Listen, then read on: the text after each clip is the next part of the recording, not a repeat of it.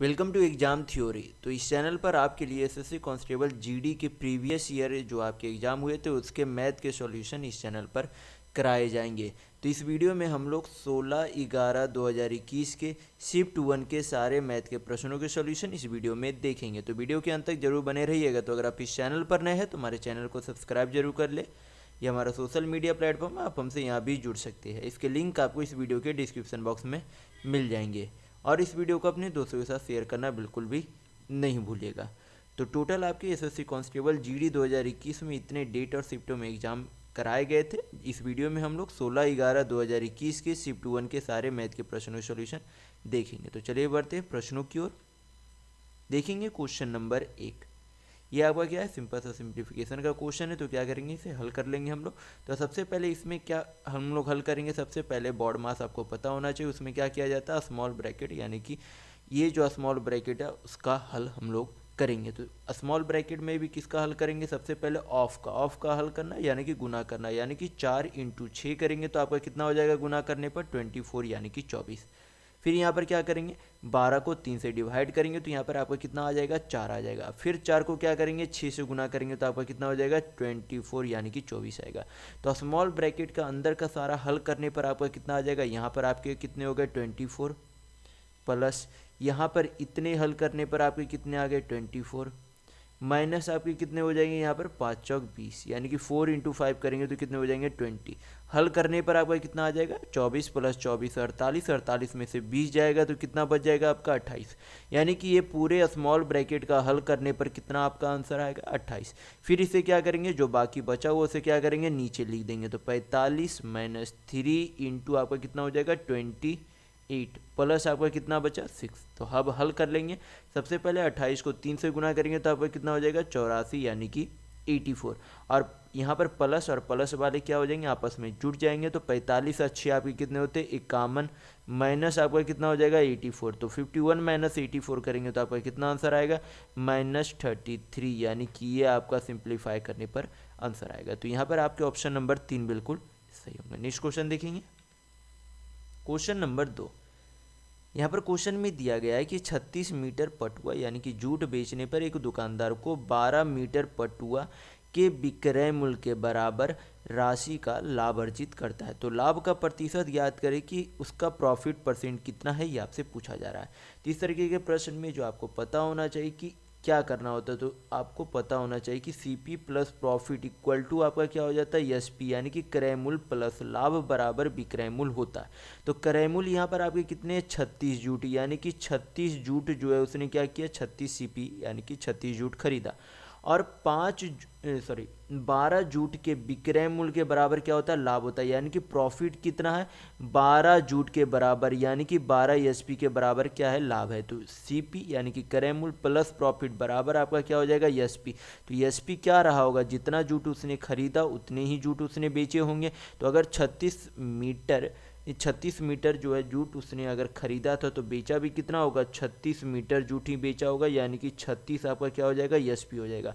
अब हल कर लेंगे तो यहाँ पे क्या आ जाएगा सीपी और एसपी, यानी कि क्रय मूल्य और विक्रय मूल्य का अनुपात आ जाएगा। तो यहाँ पर हल करेंगे तो आपका कितना हो जाएगा 36 सीपी इक्वल टू आपका कितना आ जाएगा 12 उधर जाएगा तो 36 में से 12 जाएगा तो आपके कितने हो जाएंगे 24 एसपी, यानी कि 24 एसपी आपके होंगे।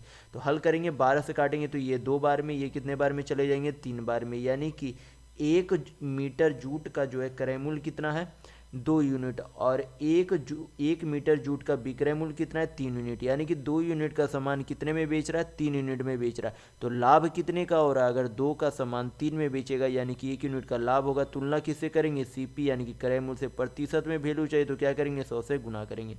2 से 100 को काटेंगे कितना बार में चला जाएगा 50 बार में, यानी कि उसका प्रॉफिट परसेंट कितना आ गया 50%। तो यहाँ पर आपका ऑप्शन नंबर 4 बिल्कुल सही होगा। तो अगर आपको वीडियो पसंद आ रहा है तो लाइक करते जरूर चलिएगा। नेक्स्ट क्वेश्चन देखेंगे, क्वेश्चन नंबर 3। यहाँ पर क्वेश्चन में दिया गया है कि कक्षा 9 और कक्षा 10 के छात्रों की संख्या 42 और 45 है। कक्षा 9 और कक्षा 10 में लड़कों और लड़कियों की संख्या का अनुपात 9:5 और 8:7 है। तो दोनों कक्षाओं में मिलाकर लड़कों की कुल संख्या लड़कियों की कुल संख्या के बीच का अंतर, यानी कि डिफरेंस कितना है, ये आपसे पूछा जा रहा है। तो यहाँ पर सबसे पहले क्या करेंगे, हमें कक्षा 9 और कक्षा 10 में अलग अलग लड़के और लड़कियों की संख्या निकालनी होगी। तो किस तरीके से निकालेंगे, कक्षा 9 में जो है कुल कितने छात्र हैं, 42 छात्र हैं। कितने छात्र हैं, 42 छात्र हैं। और कुल कितने अनुपात में बांटा गया है, तो 9:5 में, यानी कि टोटल कितने यूनिट है, तो 9:14 यूनिट है। तो हल करेंगे तो 1 यूनिट का वैल्यू कितना आ जाएगा, 3, यानी कि 1 यूनिट बराबर 3 छात्र है। तो यहाँ पर 9 यूनिट क्या है, उसमें से लड़के हैं, और 5 यूनिट क्या है, लड़कियाँ। यानी कि अगर बॉयज़ और गर्ल को अलग अलग निकालना है तो लड़के कितने, 9 यूनिट। तो अगर 1 यूनिट का वैल्यू 3, तो 9 यूनिट का वैल्यू कितना हो जाएगा, 27। उसी तरीके से लड़कियाँ अगर 1 यूनिट बराबर 3 है, तो लड़कियाँ अगर 5 यूनिट है तो कुल कितनी लड़कियाँ हो जाएगी, 5 तिया 15। तो कक्षा 9 में 27 लड़के और 15 क्या है, लड़कियाँ। उसी तरीके से कक्षा 10 में निकालेंगे तो टोटल कितने छात्र हैं कक्षा 10 में, 45 छात्र हैं। और कुल कितने यूनिट में बांटा गया, तो 8:7, यानी कि कुल 8-7-15 यूनिट में बांटा गया है। तो हल करेंगे तो 1 यूनिट का वैल्यू कितना आ जाएगा, 3, यानी कि 1 यूनिट बराबर 3 छात्र है। तो उसी तरीके से यहाँ भी बॉयज़ और गर्ल को अलग करेंगे तो लड़के इसमें कितने, 8 यूनिट। तो अगर 1 यूनिट का वैल्यू 3, तो 8 यूनिट का वैल्यू कितना हो जाएगा, 24, और 7 यूनिट का वैल्यू कितना हो जाएगा, 21। यानी कि कक्षा 10 में लड़कों की संख्या 24 और लड़कियों की संख्या 21 है। अब हम लोग क्या करेंगे, लड़कों की कुल संख्या लड़कियों की कुल संख्या को जोड़ लेंगे। तो इसमें कितने हैं, 27, यहाँ पर लड़के की संख्या कितनी है, 24। 27 और 24 आपके कितने हो जाएंगे, 24 दूनी 48 और 3 51, यानी कि 51 क्या है, लड़के हैं। और लड़कियां कितनी है, 15 और 21। तो 15 और 21 आपके कितने हो जाते हैं, 36, यानी कि 36 आपके क्या है, लड़कियां। तो लड़के की कुल संख्या माइनस लड़कियों की कुल संख्या, दोनों का डिफरेंस कितना हो जाएगा, तो 15, यानी कि लड़के और लड़कियों की संख्या का अंतर कितना है, 15। तो यहाँ पर आपका ऑप्शन नंबर 4 बिल्कुल सही होगा। नेक्स्ट क्वेश्चन देखेंगे, क्वेश्चन नंबर 4। ये आपका क्या है, ये भी आपका सिंपल सा सिंप्लीफिकेशन का क्वेश्चन है। तो हल कर लेंगे। यहाँ पर परसेंट है, 12% है, परसेंट हटाएंगे तो नीचे कितना चला जाएगा, 100, क्योंकि परसेंट हटाने पर क्या हो जाता है, नीचे 100 आता आपका है। तो यहाँ पर ऑफ का मतलब गुना होता है। 4% है तो फिर क्या करेंगे, परसेंट हटाएंगे नीचे 100। 7% है, परसेंट हटाएंगे नीचे 100, इंटू आपका कितना है 2, इंटू आपका कितना है 10 पे पावर 6। तो नीचे आपके कितने हो जाएंगे, 100 इंटू 100 इंटू 100 आपके कितने बराबर हो जाएंगे, 10 पे पावर 6 के बराबर होंगे, क्योंकि यहाँ 2 शून्य 2 शून्य 2 शून्य, यानी कि टोटल कितने शून्य आ गए, 6 शून्य। 10 पे पावर 6 के क्या हो जाएंगे, बराबर है, यानी कि ये कट जाएंगे। अब क्या करेंगे, 12 इंटू 4 इंटू 7 इंटू 2 करेंगे, जो आपका गुना करने पर जो आपका संख्या आएगी वही आपकी आंसर होगी। तो हल कर लेते हैं यहाँ पर से। 12 चौका आपका कितना हो जाएगा, 48 इंटू 7 दूनी 14, 14 इंटू 48 करेंगे कितना हो जाएगा आपका, 14 8 112, 2 11, 14 चौक 56, 11 आपके कितने हो जाएंगे, 67, यानी कि हल करने पर आपका कितना आएगा आंसर, 672। तो यहाँ पर आपका ऑप्शन नंबर 3 बिल्कुल सही होंगे। नेक्स्ट क्वेश्चन देखेंगे, क्वेश्चन नंबर 5।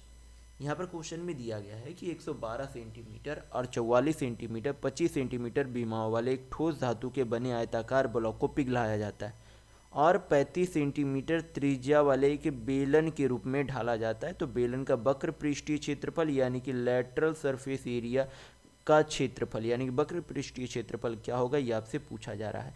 तो सबसे पहले तो आपको पता होना चाहिए कि लेटरल सरफेस एरिया यानी कि बेलन के वक्र पृष्ठीय क्षेत्रफल का फार्मूला क्या होता है, 2πr/h, यानी कि हमें इस फार्मूला पे वैल्यू पुट करना होगा। लेकिन यहाँ पर बेलन की सिर्फ क्या दी गई है, त्रिज्या दी गई है, हमें क्या निकालना होगा, उसकी ऊंचाई यानी कि हाइट निकालनी होगी। तो किस तरीके से निकालेंगे, यहाँ पर बोला गया है कि जब इतने के घनाभ को एक अन्य में यानी कि बेलन में परिवर्तित किया जाता है, तो हमेशा किस आधार पर परिवर्तित किया जाता है, तो वॉल्यूम यानी कि आयतन के आधार पर परिवर्तित किया जाता है। तो आपको पता होना चाहिए घनाभ के आयतन का फार्मूला क्या होता है, length into breadth into height, यानी कि लंबाई गुना चौड़ाई गुना ऊंचाई।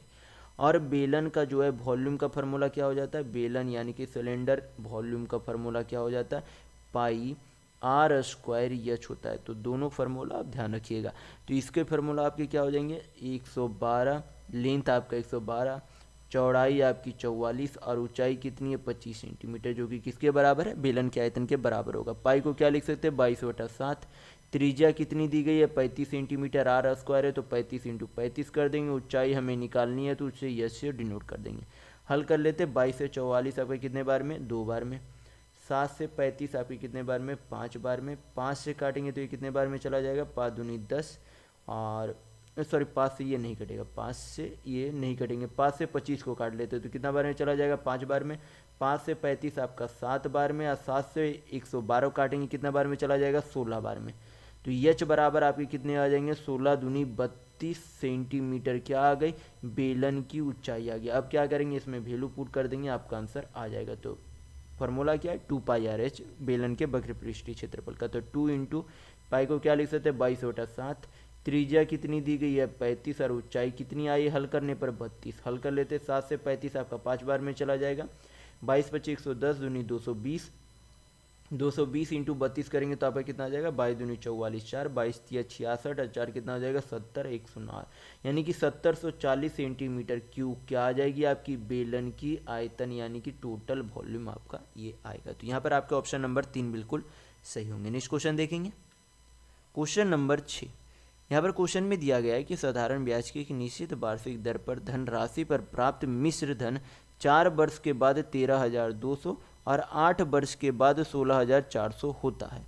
उसी धनराशि पर 10% वार्षिक ब्याज की दर से 3.1/5 वर्षों में प्राप्त साधारण ब्याज ज्ञात कीजिए कि कितना होगा। तो सबसे पहले हमें जो है क्या यहाँ पर निकालनी होगी, मूलधन यानी कि प्रिंसिपल निकालनी होगी। तो किस तरीके से निकालेंगे, यहाँ पर दिया गया कि 4 वर्षों के बाद का मिश्र धन 13,200 है और 8 वर्षों के बाद का मिश्र धन 16,400 है। तो क्या करेंगे, सबसे पहले दोनों मिश्र धन का यानी कि दोनों अमाउंट का क्या करेंगे, अंतर यानी कि डिफरेंस निकालेंगे। तो अंतर आपका कितना हो जाएगा, 16,400 में से 13,200 माइनस करेंगे तो आपका कितना आ जाएगा, 3,200 को क्या करेंगे, 3,200 को फिर क्या करेंगे, समय से यानी कि टाइम से डिवाइड करेंगे।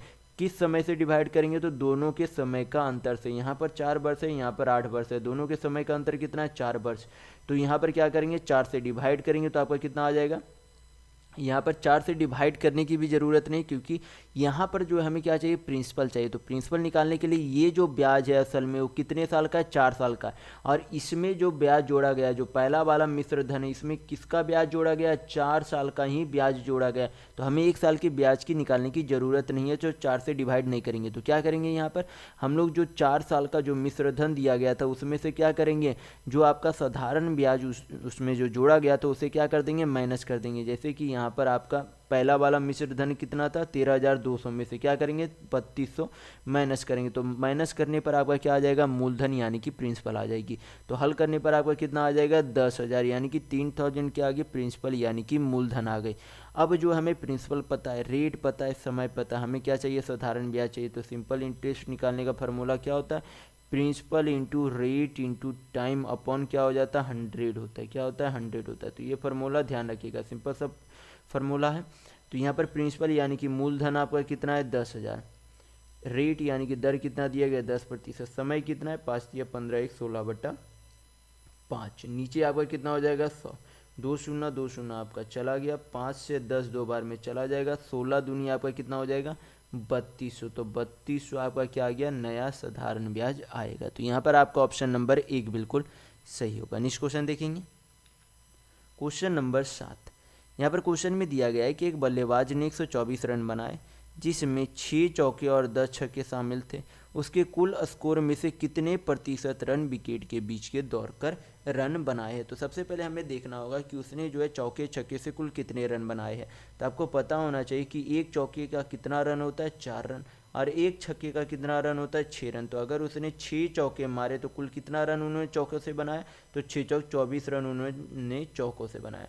तो अगर एक छक्का का 10 रन है तो टोटल 10 छक्के मारे तो कुल छक्के से कितने रन बनाए, 60 रन बनाए। तो कुल चौके छक्के से कितने रन बनाए, तो 60 और 24 आपके कितने हो जाएंगे, 84।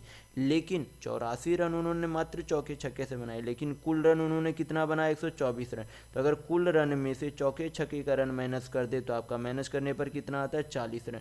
तो 40 रन उसने क्या किया होगा, विकेट के बीच दौड़कर रन बनाया है। तो लेकिन यहाँ पर रन नहीं पूछा जा रहा है, यहाँ पर क्या पूछा जा रहा है, उसका प्रतिशत पूछा जा रहा है। तो हम लोग क्या करेंगे, 40 रन को पूरे रन से क्या करेंगे, तुलना करेंगे, और प्रतिशत में वैल्यू चाहिए तो क्या करेंगे, 100 से गुना करेंगे। हल करेंगे, आपका आंसर आ जाएगा। 4 से काट लेते तो ये 10 बार में, ये कितने बार में चला जाएगा, 31 बार में, यानी कि 1000 बटा आपका कितना हो जाएगा, 31। 31 से डिवाइड करेंगे तो 31 या 93, 31 दूनी 62, 8 बचा तो 32.8 बटा 31% क्या उसने इतने प्रतिशत रन विकेट के बीच दौड़कर बनाए हैं। तो यहाँ पर आपका ऑप्शन नंबर 4 बिल्कुल सही होगा। नेक्स्ट क्वेश्चन देखेंगे, क्वेश्चन नंबर 8।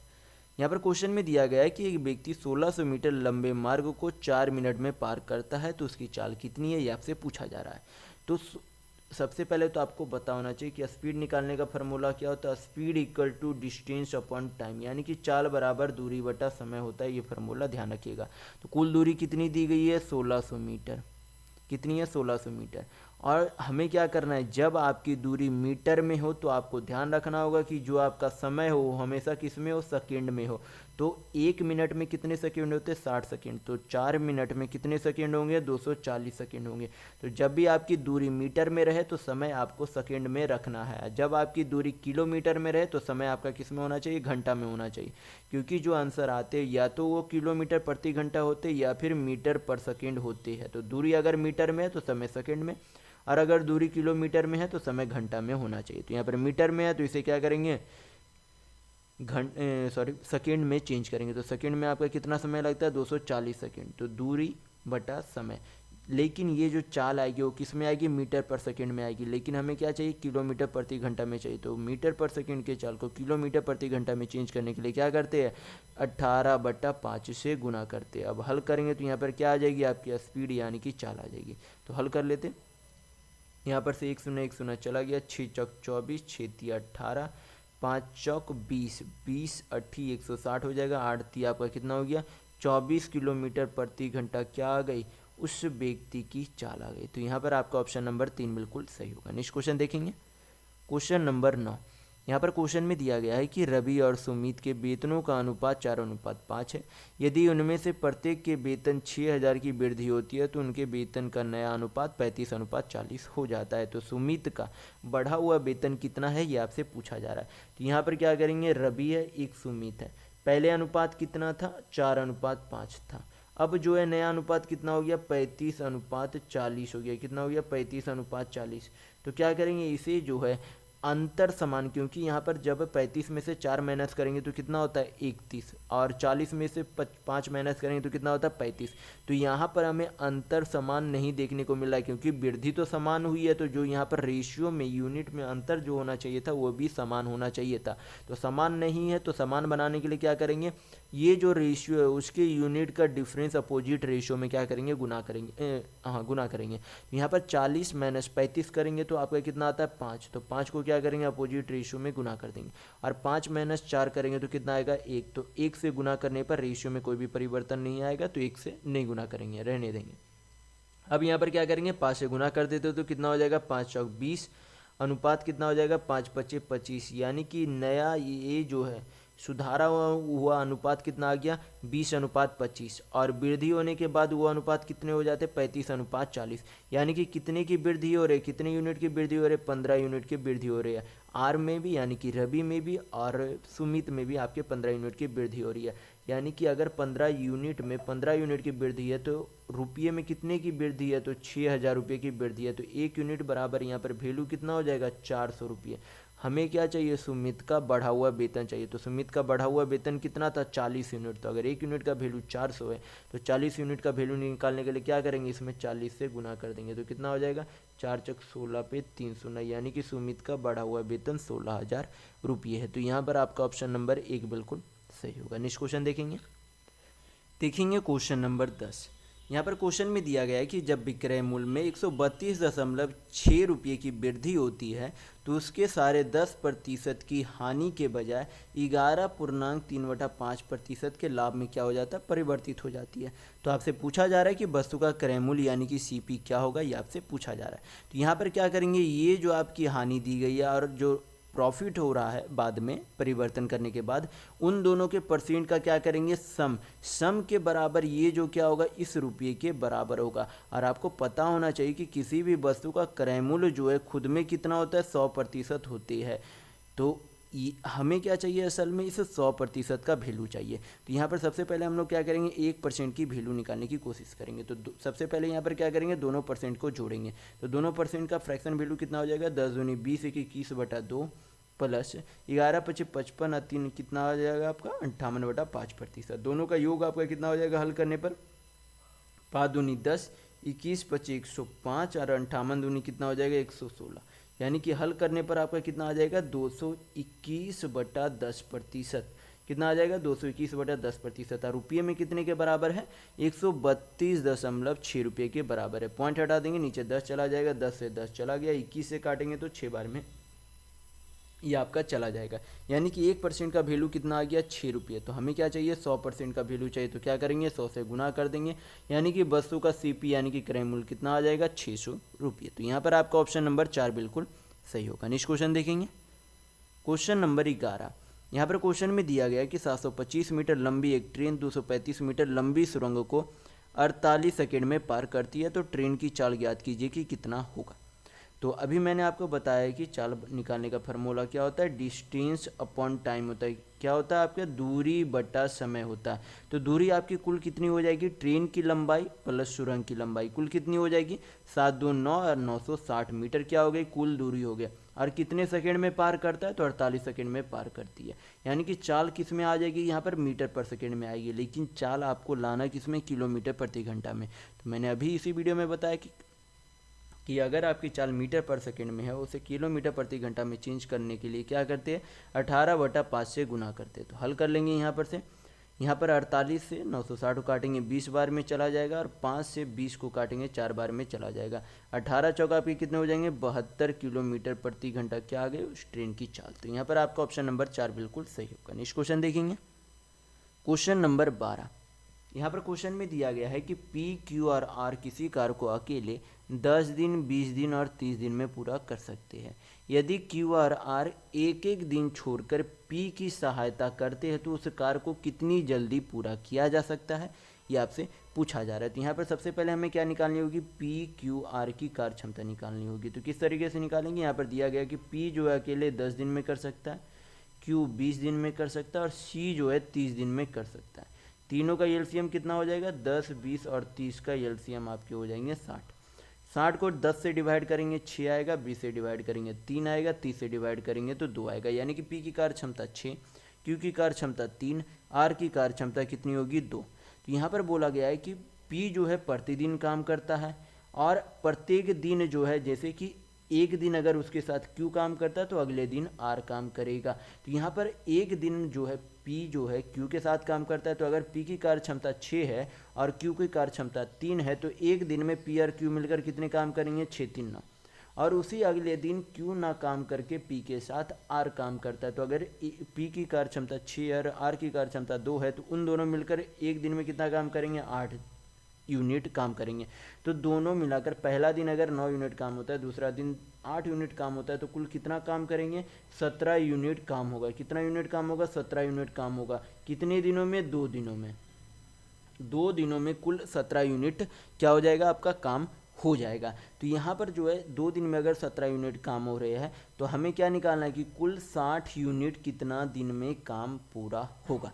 तो यहाँ पर जो है क्या करेंगे 60 यूनिट के नज़दीक लेकर जाएंगे। तो 60 यूनिट के नज़दीक लेके जाने के लिए क्या करेंगे दोनों तरफ 3 से गुना करेंगे, तो आपका कितना हो जाएगा 70। कॉमन यूनिट का काम कितने दिनों में पूरा हो जाता है 6 दिनों में पूरा हो जाता है। अब बचा हुआ काम कितना है, कुल 60 यूनिट काम है, किया गया अभी तक काम कितना है, एक कॉमन यूनिट किया गया काम है, बचा हुआ कितना 9 यूनिट काम है। तो यहाँ पर जो है छठे दिन के बाद 7वें दिन कौन काम करेगा, पी और क्यू काम करेगा। कितना यूनिट काम करेगा 9 यूनिट काम करेगा। कितना काम करेगा 9 यूनिट। तो अगर ई कॉमन में 9 यूनिट जोड़ दे तो आपके कितने हो जाते हैं 60 यूनिट टोटल काम हो जाते हैं। और एक दिन और जोड़ देंगे तो कितना दिनों में काम हो जाएगा 60 यूनिट काम 7 दिनों में आपका पूरा होगा। तो यहाँ पर आपके 7/1 दिन नहीं होंगे 7 दिन होंगे, यानी कि आपका ऑप्शन नंबर 3 बिल्कुल सही होगा, 7 दिन केवल होंगे। तो नेक्स्ट क्वेश्चन देखेंगे, क्वेश्चन नंबर 13। यहाँ पर क्वेश्चन में दिया गया है कि एक निश्चित धनराशि 12% वार्षिक ब्याज दर से 2.1/2 वर्षों में 9,982.5 रुपये हो जाती है, जबकि ब्याज की गणना 10% मासिक चक्रवृद्धि आधार पर की जाती है। तो धनराशि क्या है ये आपसे पूछा जा रहा है।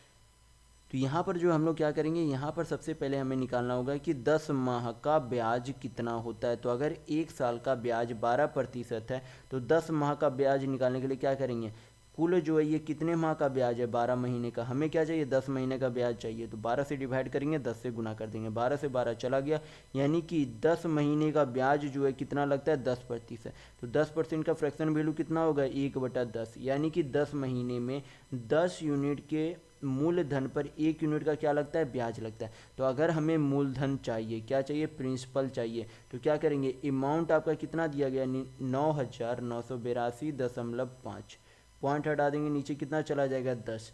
तो यहाँ पर क्या हमें चाहिए, प्रिंसिपल चाहिए, तो क्या करेंगे, प्रिंसिपल की यूनिट को ऊपर लिखेंगे और नीचे अमाउंट को यूनिट के लिखेंगे, क्योंकि प्रिंसिपल पर क्या हो रहा है आपके, यानी कि मूलधन पर 1 यूनिट का क्या लग रहा है, ब्याज लग रहा है। तो 10 और 1 क्या हो जाएंगे आपकी, 11 हो जाएंगे। और टोटल कितने समय के लिए ब्याज लगता है, 2.5 वर्षों के लिए। तो 2.5 वर्ष में यानी कि 2.5 ईयर में जो आपके कितने महीने होते हैं, तो आपके 12 दूनी 24, अच्छी आपकी कितने हो जाते हैं, 30 महीने होते हैं। तो अगर कुल 30 महीने तक ब्याज लगना है तो 10 माह के हिसाब से 30 महीने में कितना बार ब्याज लगेगा, तो 3 बार ब्याज लगेगा। तो 10/11 को क्या करेंगे, 3 बार गुना करेंगे, हल करेंगे, आपका क्या आ जाएगा, मूलधन आ जाएगा। तो 10 से 10 आपका चला गया, 11 से काटेंगे कितना बार में चला जाएगा, 11 9 99, 0, 11 7 77, 11 5 55, फिर 11 से काटेंगे तो 11 8 88, 2 5, फिर 11 से काटें कितने बार में चला जाएगा, 11 7 77, 11 5 55, यानी कि 75 इंटू 10 करेंगे तो आपका कितना आ जाएगा, 7500, यानी कि 7500 रुपया आपका क्या आ गया, मूलधन। तो यहाँ पर आपका ऑप्शन नंबर 3 बिल्कुल सही होंगे। नेक्स्ट क्वेश्चन देखेंगे, क्वेश्चन नंबर 14। यहाँ पर क्वेश्चन में दिया गया है कि कुर्सी अंकित मूल्य पर 10% की छूट के बाद 720 रुपये में बेची जाती है। तो कुर्सी का क्रय मूल्य 640 रुपये है। यदि इसे अंकित मूल्य पर बेचा जाए तो लाभ प्रतिशत क्या होगा, ये आपसे पूछा जा रहा है। तो यहाँ पर सबसे पहले हमें क्या निकालनी होगी, मार्क्ड प्राइस यानी कि अंकित मूल्य निकालनी होगी। तो मार्क्ड प्राइस पर जो है क्या किया दिया जाता है, 10% का छूट। 10% का फ्रैक्शन वैल्यू कितना होगा, 1/10, यानी कि 10 यूनिट पर 1 यूनिट की छूट दी जाती है। यानी कि बेचा कितने में जाता है, 9 यूनिट में। तो 10 यूनिट का सामान 9 यूनिट में बेचा जा रहा है और कितने रुपए में बेचा गया, तो 720 रुपये में। हल करेंगे, आपके वस्तु का मार्क्ड प्राइस यानी कि अंकित मूल्य आ जाएगा।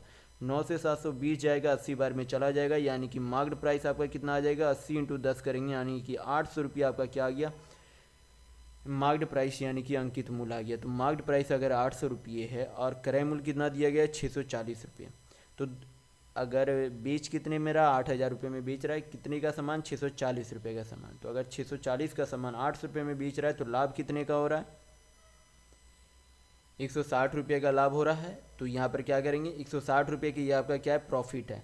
तुलना किससे हमेशा की जाती है, सीपी यानी कि क्रय मूल्य से। तो क्रय मूल्य आपका कितना है, 640 रुपये। प्रतिशत में वैल्यू चाहिए तो क्या करेंगे, 100 से गुना करेंगे। हल करेंगे, 16 से जो है 640 काटिंग कितने बार में चला जाएगा, 4 बार में। 4 से 100 काटिंग कितने बार में चला जाएगा, 25 बार में। यानी कि 25% का क्या होता है, लाभ प्रतिशत क्या है, 25% क्या हो रहा है। अगर उसे अंकित मूल्य पर बेचा जाएगा तो 25% का क्या होगा, लाभ होगा।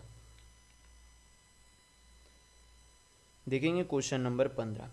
ये आपके यहाँ पर क्या दिए गए, संख्या दी गई है, एक 9 अंकीय संख्या जो 72 से विभाज्य। तो आपसे पूछा जा रहा है कि √7x - 3y का वैल्यू क्या होगा। तो 72 से अगर कोई संख्या कटेगी तो वो 9 से भी कटनी चाहिए और 8 से भी कटनी चाहिए, क्योंकि 9 और 8 का गुणज कितना होता है, 72। तो वो संख्या 9 से भी कटेगी और 8 से भी कटेगी। तो यहाँ पर संख्या अगर कोई 8 से कटेगी तो उनका अंतिम 3 डिजिट, अंतिम जो है 3 अंक क्या होना चाहिए। अगर 8 से कट रहा है तो पूरी संख्या 8 से कटेगी। तो अंतिम 3 अंक क्या है, 87y। तो y पर वैल्यू क्या पुट करे कि 87y पूरी तरीके से कट जाए। तो 8 से अगर डिवाइड करेंगे 8 तो पूरी तरीके से कटती है 7 पे। 7 के आगे क्या पुट करे कि ये पूरी संख्या कट जाए 8 से। तो अगर y का वैल्यू यहाँ पर 2 रखते, क्या रखते, 2, तो संख्या कितनी हो जाती है, 872। 872 क्या हो जाएगी, 8 से पूर्णतः कट रही है। तो अब यहाँ पर y का वैल्यू क्या रख देंगे, 2। y का वैल्यू क्या रखेंगे, 2। तो पूरी संख्या कितनी हो जाएगी, 89563x872।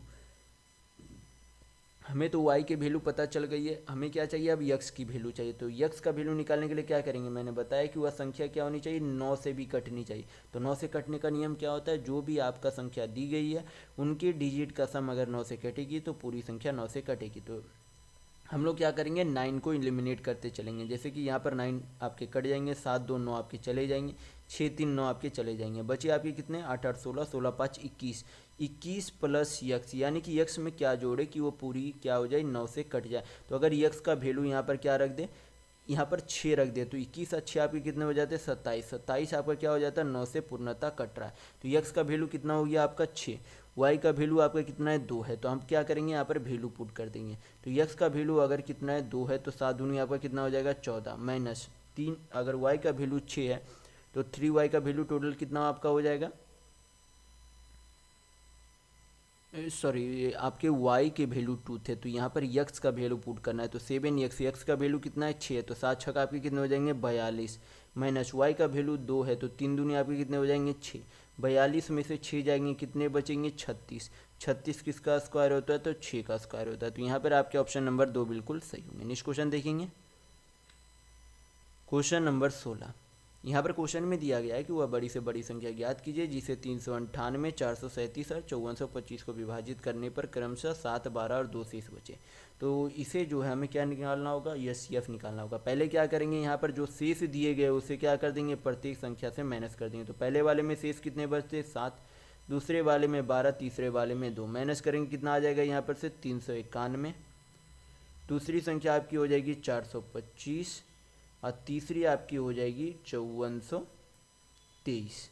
अब क्या करेंगे, जो संख्याओं के बीच का अंतर हमें सबसे कम दिख रहा है उनका अंतर पहले निकाल लेंगे। तो 425 माइनस 91 करेंगे तो आपका कितना आ जाएगा 25 और 9 34। क्या 34 से ये तीनों संख्या कटेगी, नहीं कटेगी, क्योंकि ये आपका इवेन नंबर है, ये आपके ऑड नंबर दिख रहे हैं, तो इवेन नंबर से ऑड नंबर नहीं कटेगी। तो यहाँ पर क्या करेंगे हम लोग, यहाँ पर से जो है इसी का एक फैक्टर देखेंगे। तो 34 आपका क्या है 17 का एक फैक्टर है, यानी कि 17 34 को पूर्णतः काटेगी। तो अब देखते क्या 17 से ये तीनों संख्या कटेगी, तो 17 से काटेंगे तो 17 दूनी 34, 5 51 कटेगी, 17 दूनी 34 और 6 2 8, 17 5 85 कटेगी, 17 3 51 3 17 आपके हो जाएंगे 153, 17 से 9 बार में कटेगी। तो ये तीनों संख्या क्या हो रही है 17 से कटेगी, यानी कि जो आपका आंसर आएगा वो कितना होगा 17 होगा। तो यहाँ पर आपका ऑप्शन नंबर 1 बिल्कुल सही होंगे। नेक्स्ट क्वेश्चन देखेंगे, क्वेश्चन नंबर 17। यहाँ पर क्वेश्चन में दिया गया है कि ए और बी के वेतन का अनुपात कितना, 6:7। बी के वेतन में 5.5% की वृद्धि होती है तो उसका कुल वेतन 14 यानी कि 1,47,700 रुपये हो जाती है। तो ए का वेतन कितना है ये आपसे पूछा जा रहा है। तो बी का वेतन जो है बढ़ा हुआ कितना था 1,47,700 रुपये है, तो उसकी जो असल में वृद्धि कितनी हुई थी तो 5.1/2 है, यानी कि 5 दूनी 10 की 11/2% की वृद्धि हुई थी। कितनी हुई थी 11/2% की वृद्धि हुई थी। यहाँ पर अगर परसेंट हटाएंगे तो नीचे कितना चला जाएगा 100, यानी कि वह वेतन कितनी हो गई थी 200 यूनिट में 11 यूनिट की क्या हो गई थी वृद्धि हो गई थी, यानी कि वह वेतन कितनी हो गई थी 211/200 यूनिट हो गई थी, और रुपये में कितने के बराबर हो गई थी 1,47,700 रुपये हो गई थी। तो यहाँ पर से हम लोग क्या निकाल सकते हैं 1 यूनिट का वैल्यू निकाल सकते हैं। यहाँ पर जो है काटेंगे कितने बार में चला जाएगा 700 बार में चला जाएगा। तो यहाँ पर से जो है बी का जो है वेतन जो है बिना बढ़ा हुआ वेतन आपका कितना आ जाएगा यहाँ पर से 7 दूनी 14 पर कितने हो जाएंगे 409, यानी कि 1,40,000 क्या था उसका मूल वेतन था बढ़ने से पहले। तो अगर बी का वेतन 1,40,000 है तो यहाँ पर से बी का वेतन यूनिट में कितना था 7 यूनिट। तो अगर 7 से डिवाइड कर देंगे तो 1 यूनिट का वैल्यू निकल जाएगा। हमें क्या चाहिए ए का वेतन चाहिए, तो ए का वेतन कितना है 6 यूनिट। हल करेंगे आपका क्या आ जाएगा ए का वेतन आ जाएगा। 7 से काटेंगे कितने बार में चला जाएगा 20,000 बार में, और 20,000 इंटू 6 करेंगे तो कितना आ जाएगा 1,20,000 रुपये क्या आ गया ए का वेतन आ गया। तो यहाँ पर आपके ऑप्शन नंबर 2 बिल्कुल सही होंगे। नेक्स्ट क्वेश्चन देखेंगे, क्वेश्चन नंबर 18। यहाँ पर क्वेश्चन में दिया गया है कि 2760 रुपये की धनराशि को इस प्रकार 2 भागों में विभाजित कीजिए कि जब उन्हें 5% वार्षिक साधारण ब्याज की दर पर क्रमशः 2 और 4 वर्षों के लिए निवेशित किया जाता है तो उन पर प्राप्त होने वाले मिश्र धन बराबर होते, यानी कि दोनों का जो अमाउंट होगा वो क्या होगा बराबर होगा। तो आपसे पूछा जा रहा है कि निवेश किए गए दूसरे भाग की राशि कितनी है ये आपसे पूछा जा रहा है। तो यहाँ पर जो है आपको पता होना चाहिए कि जो अमाउंट होता है वो असल में क्या होता है प्रिंसिपल प्लस सिंपल इंटरेस्ट या फिर कंपाउंड इंटरेस्ट होता है, यानी कि अमाउंट प्लस यानी कि मिश्र धन बराबर मूलधन प्लस ब्याज होता है। तो ये आपको पता होना चाहिए। तो यहाँ पर क्या बोला गया, यहाँ पर मान लेते पहला वाला धन दूसरा वाला धन। पहले वाले धन पर क्या होता है 5% का ब्याज लगता है, और कितने साल के लिए लगता है 2 साल के लिए। तो अगर 1 साल का ब्याज 5% है तो 2 साल का ब्याज कितना हो जाएगा 10%। कितने हो जाएंगे आपके 10%। तो हमें क्या निकालना है यहाँ पर क्या बोला जा रहा है मिश्र धन बराबर होता है, यानी कि अमाउंट बराबर होती है। तो अगर 10% का ब्याज लगता है और मूलधन हमेशा जो है खुद में कितना होता है 100% होता है, तो कुल जो है मिश्र धन कितना हो जाएगा 110%, यानी कि जो पहला वाला वेतन था वो कितना हो गया 110% हो गया। और दूसरा वाला वेतन कितना हो जाएगा, दूसरा वाले वेतन पर 1 साल में 5% का ब्याज लगता है, तो 4 साल में कितना ब्याज लगेगा? 20% ब्याज लगेगा। और मूलधन तो 100% आपका होता ही है, तो 100% प्लस 20% यानी कि 120% आपका क्या हो जाएगा? अमाउंट हो जाएगा। तो दोनों अमाउंट क्या है? आपस में बराबर है। हल करेंगे, ये काटेंगे तो कितने बार में चला जाएगा? 11 बार में। ये कितने बार में? 12 बार में चले जाएंगे।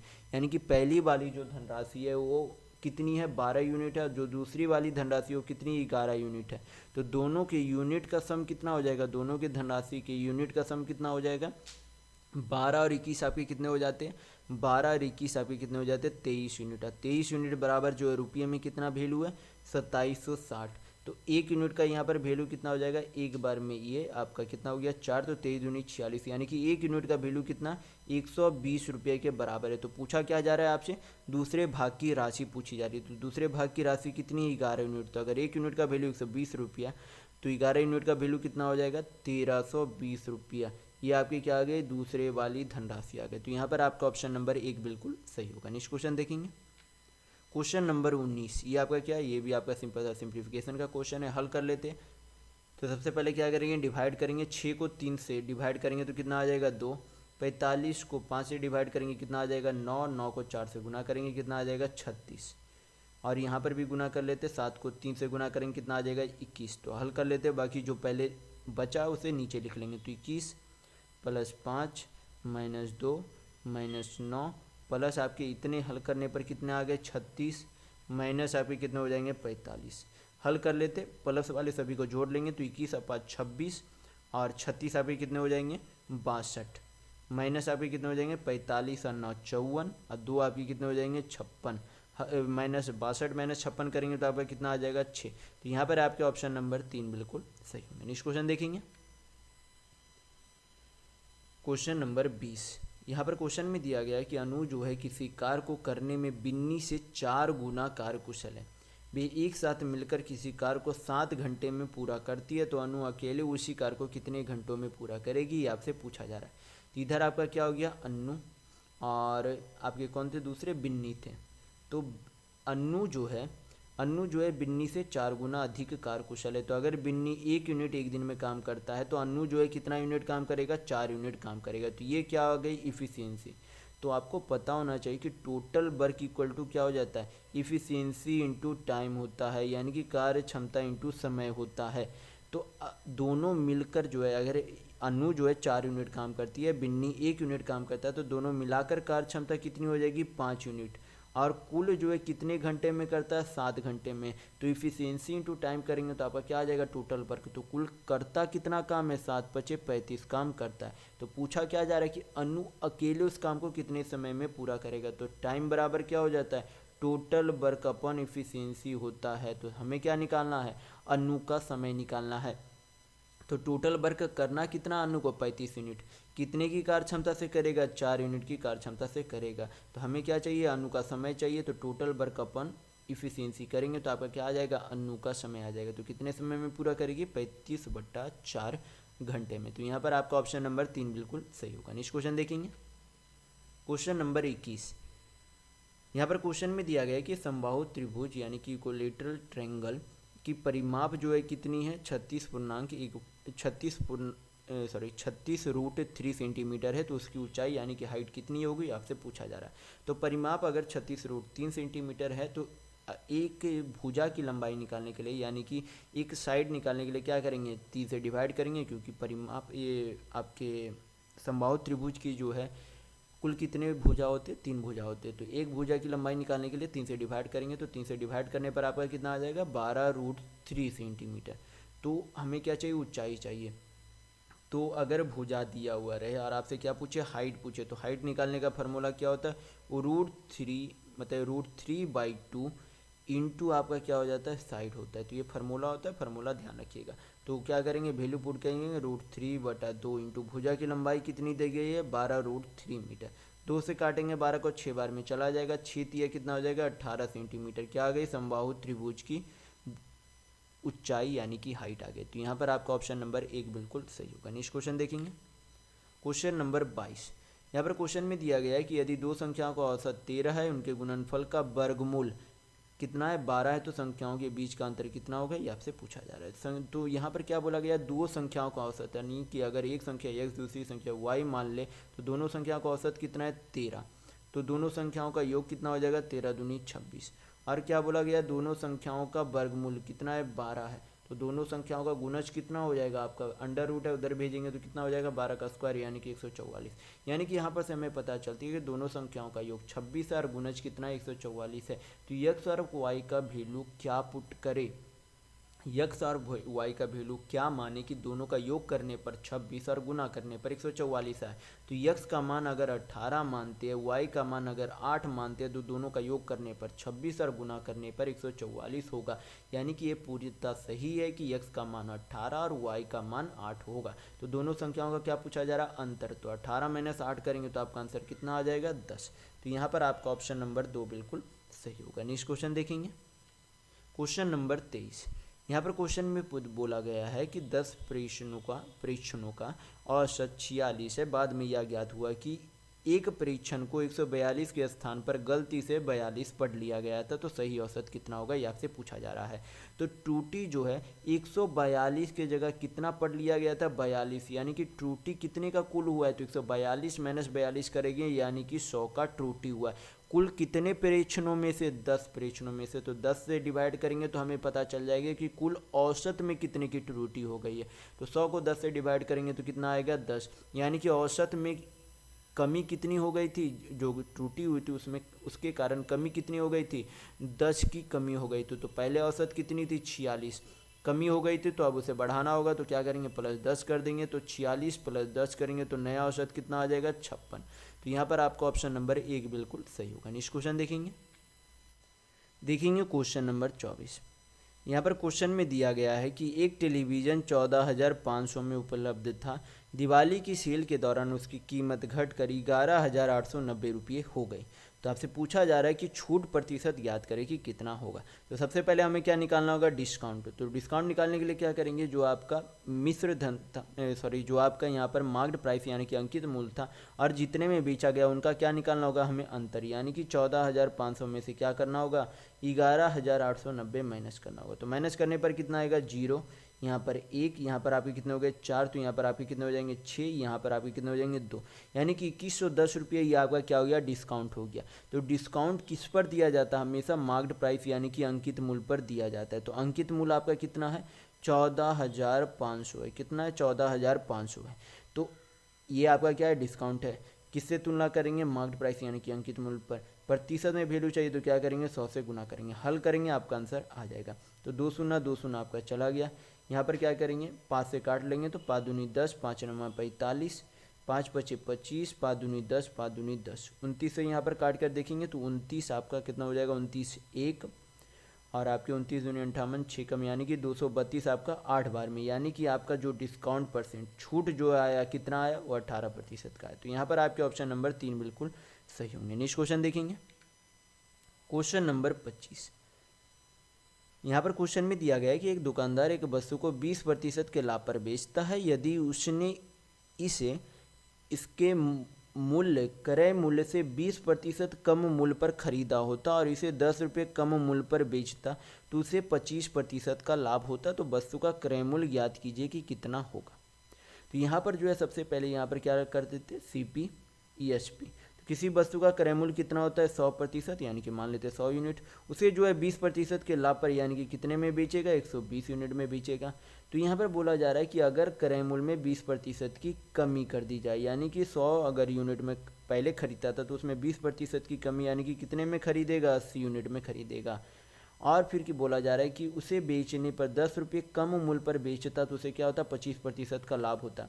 25% का फ्रैक्शन वैल्यू कितना होता है 1/4, यानी कि 4 यूनिट पर क्या होता है 1 यूनिट का लाभ होता है, यानी कि बेचेगा कितने में 5 यूनिट में, कितने पर 4 यूनिट का सामान कितने में बेचेगा 5 यूनिट में। तो 4 से काटेंगे 80 को 20 बार में चला जाएगा, यानी कि 20 बचे कितने में बेच रहा 100 यूनिट में।